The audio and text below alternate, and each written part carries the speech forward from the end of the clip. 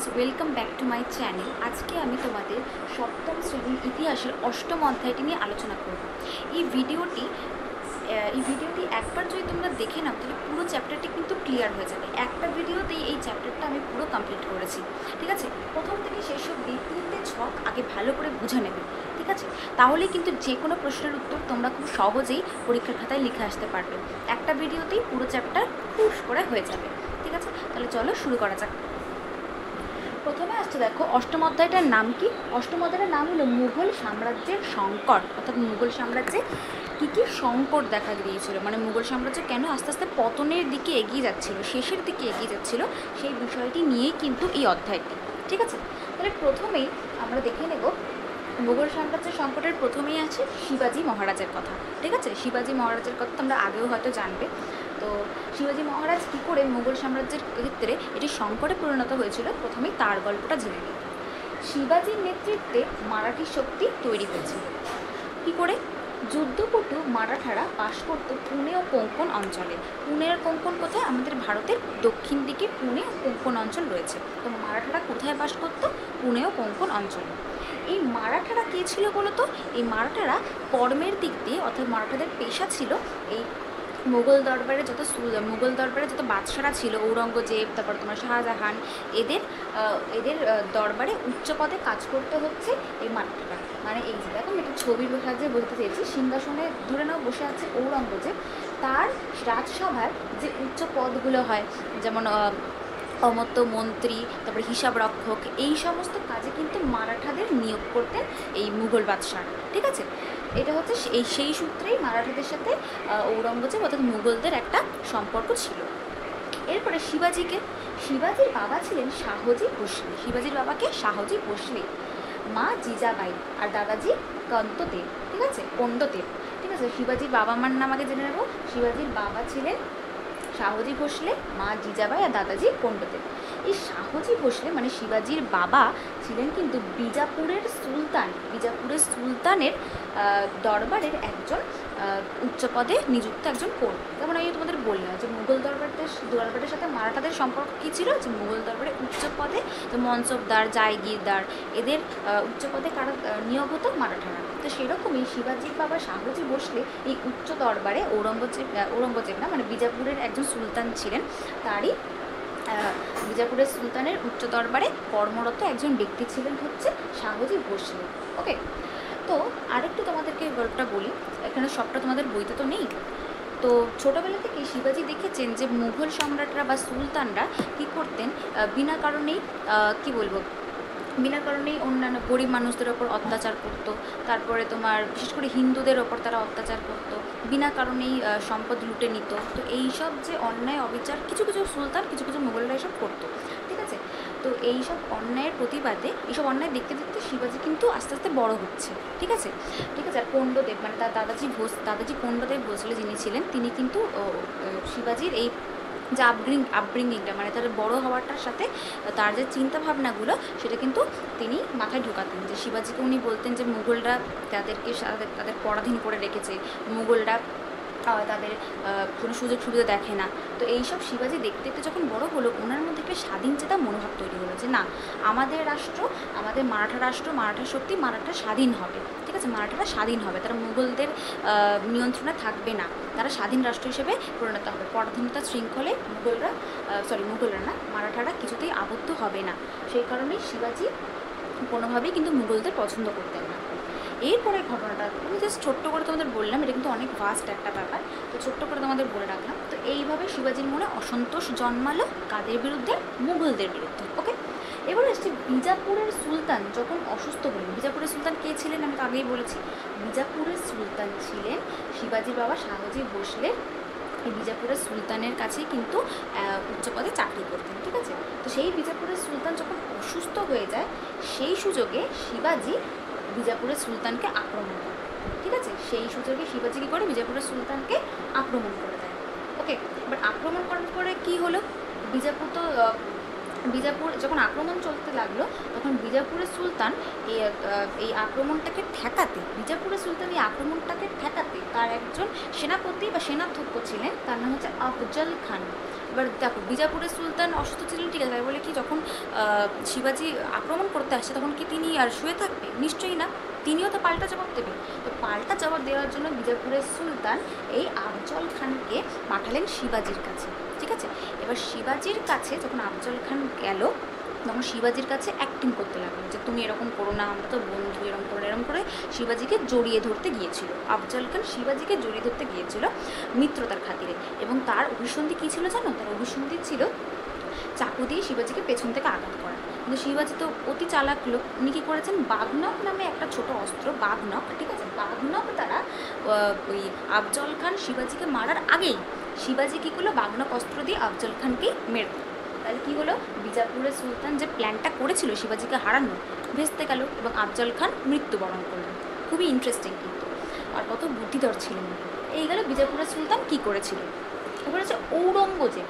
ঔরঙ্গজেবও কিন্তু বসেছিলেন না, মুঘল যে দরবার তখন কার শাসনে ছিল? ঔরঙ্গজেবের শাসন।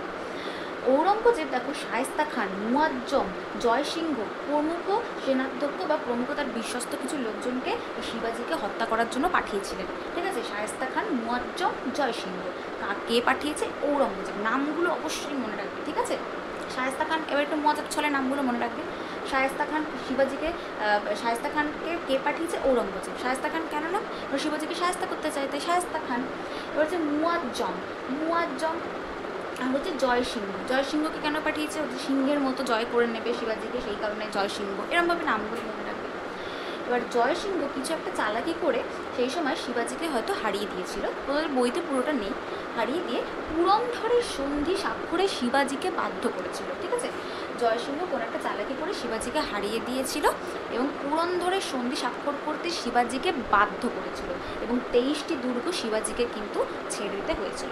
শিবাজি এসেছিল যে সবকে জয় করে নিতে, কিন্তু এই জয়সিংহ নামের ব্যক্তিটা কী করলো, শিবাজিকে ঠকিয়ে ইচ্ছে করে কোনো একটা যুদ্ধে হয়তো হেরে গিয়েছিল শিবাজি, সেই কারণে পুরন্দর যে সন্ধি, মানে যখন হেরে যায় তখন কি হয়, যুদ্ধে কোনো একটা দল হেরে গেলে সেই একটা দলের কোনো মানে সাম্রাজ্য বলো, রাজ্য বলো, সাম্রাজ্য, তারপরে সাম্রাজ্যের বিভিন্ন জিনিস যেমন প্রাসাদ হতে পারে, দুর্গ হতে পারে, বা কোনো একটা আঞ্চলিক ভৌগোলিক অঞ্চল হতে পারে, সেটা কি হয়, যে দল জিতেছে তাকে দিয়ে দিতে হয়। তো সেই কারণে কী করলো, পুরন্দরের সন্ধিতে শিবাজি হার স্বীকার করে 23টি দুর্গ ঔরঙ্গজেবকে দিতে বাধ্য হয়, এবং ঔরঙ্গজেব এখানেই থেমে থাকে না, বলছে শিবাজিকে আগ্রার দুর্গে বন্দি করে রেখে দেয়।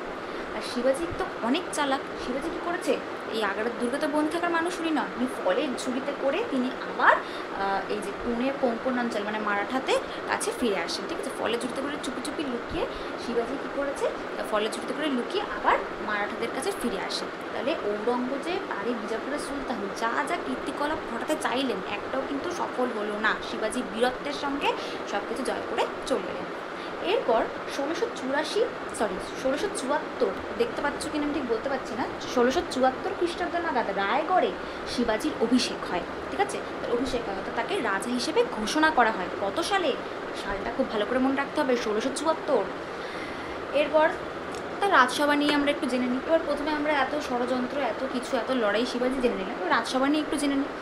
তার সভার বিশেষত্ব এটাই ছিল অষ্টপ্রধান। অষ্টপ্রধান মানে 8 জন মন্ত্রী, তার সবাই 8 জন মন্ত্রী ছিল এবং 8 জনের বিভিন্ন গুরুত্বপূর্ণ কাজ ছিল, ঠিক আছে। এছাড়া মারাঠারা নিজেদের রাজ্যকে স্বরাজ্য বলতো, ঠিক আছে। স্বরাজ্য মানে নিজের রাজ্য, মারাঠা শিবাজির নিজের রাজ্য। এখানে কোনো মুঘলদের শাসন, কোনো সুলতানদের শাসন, কোনো বহিরাগত শক্তির শাসন চলবে না, এটা বোঝানোর জন্য কিন্তু শিবাজি এই মারাঠাদের রাজ্যকে স্বরাজ্য বলেছিল, ঠিক আছে। তাহলে এইটুকু হলো শিবাজির শাসন ব্যবস্থা, অবশ্যই তোমরা খাতায় লিখবে। আর এগুলো হলো তার মানে রাজা হওয়ার ঠিক আগের জীবনে কী কী ঘটনা ঘটেছিল।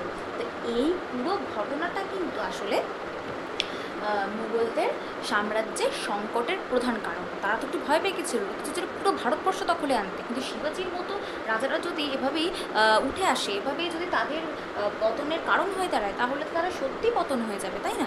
সেই কারণে মুঘলদের কিন্তু ভয় ধরিয়ে দিয়েছিলেন এই শিবাজি। ওকে, এই হলো শিবাজির সংকট। আসলে এই ব্যাপারটা অনেকটা ইন্টারেস্টিং, তোমরা শিবাজি একটা সিনেমাও আছে সেটাও দেখে নিতে পারো। তো বইতে যতটুকু আছে ততটুকুই, আর কোশ্চেন আনসারের জন্য তো অতটুকুই পড়তে হবে। এবার আসছে শিখ শক্তি ও মুঘল রাষ্ট্র। শিবাজি কমপ্লিট। শিখ শক্তি ও মুঘল রাষ্ট্র। শিখ কারা? শিখ ওই ধর্মগুরু, তারপরে ধর্মগুরুর বিষয়ে সে আমি তোমাদের আগের চ্যাপ্টারটায় বোধহয় পড়িয়েছিলাম। ঠিক আছে, শিখ হলেন তারা।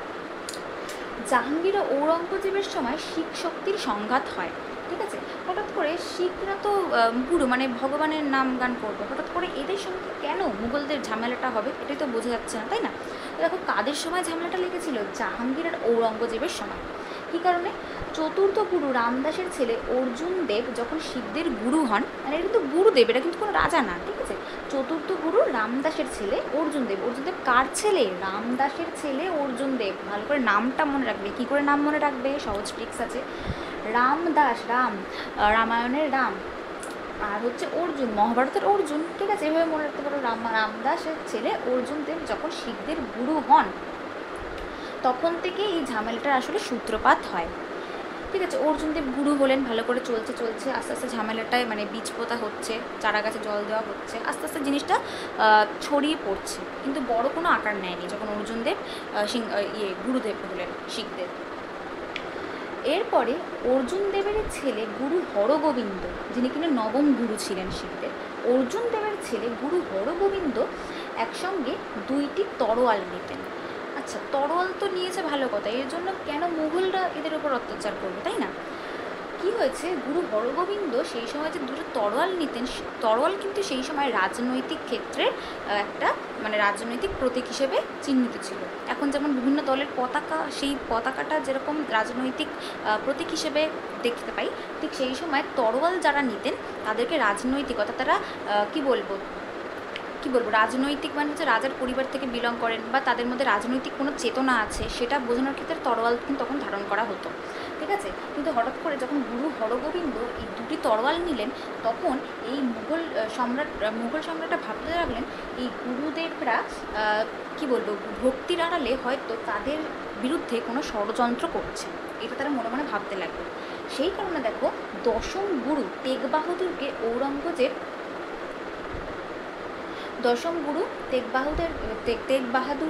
তেগ বাহাদুর ঔরঙ্গজেবের ধর্মীয় নীতির বিরোধিতা করেন। এবার যখন দেখো হরগোবিন্দ 2টো তরোয়াল একসাথে নিল, তখন কিন্তু এই যে এই যে যুদ্ধের স্ফুলিঙ্গটা আস্তে আস্তে কিন্তু বেড়ে যেতে লাগলো। যে 2টো তরোয়াল নিয়েছে মানে নিশ্চয়ই কোনো রাজনৈতিক কাণ্ডকীর্তি চলছে, তো এটা তো ভয়ের বিষয়।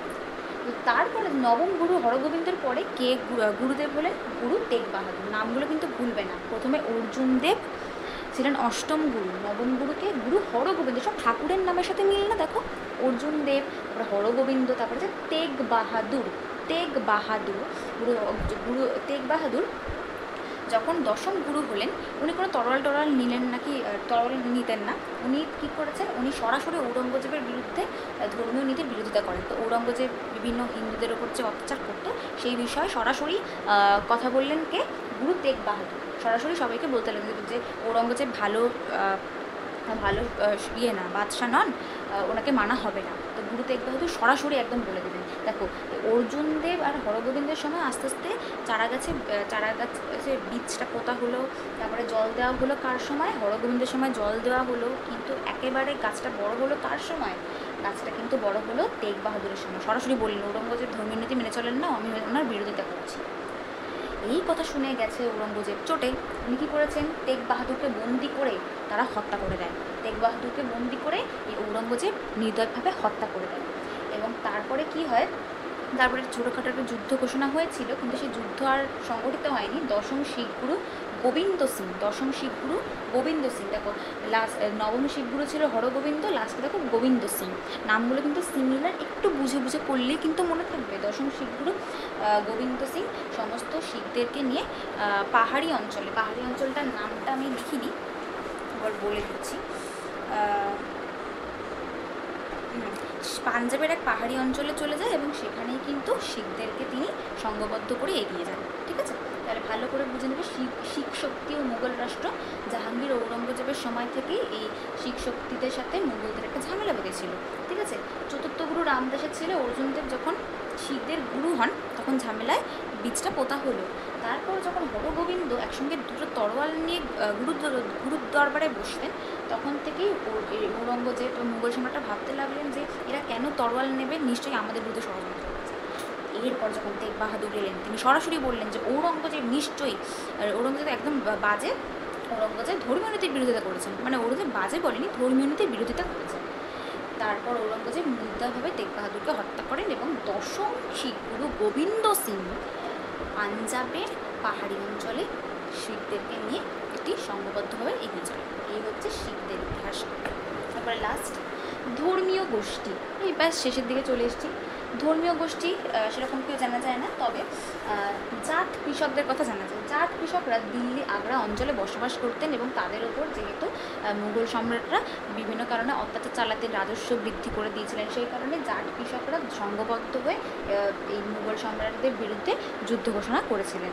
ঠিক আছে, মুঘলদের বিরুদ্ধে আলাদা গোষ্ঠীর পরিচয় নিয়ে তারা একটি বিদ্রোহ করেছিলেন, যুদ্ধ করেননি কিন্তু বিদ্রোহ করেন, বিদ্রোহ আলাদা যুদ্ধ আলাদা। ওকে, বিদ্রোহ করেছিলেন মুঘল সম্রাটের বিরুদ্ধে এই জাট কৃষকরা, দিল্লি আগ্রা অঞ্চলে থাকতো। এরপর আরেকটা গোষ্ঠী ছিল, সতনামী গোষ্ঠী, সতনামী গোষ্ঠী মথুরার নারনৌল অঞ্চলে এরা থাকতো। মথুরার নারনৌল অঞ্চলে কারা থাকতো? সতনামী গোষ্ঠী। তারা যেমন ওরা যেহেতু সৎ পথে থাকতো, তাই সতনামী গোষ্ঠী, এমনি বলছি নাম মনে রাখার জন্য।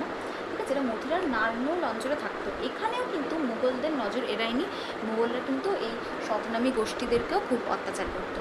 সেই কারণে তারা সংঘবদ্ধ হয়ে মুঘলদের বিরুদ্ধে একটি বিদ্রোহ ঘোষণা করেছিল।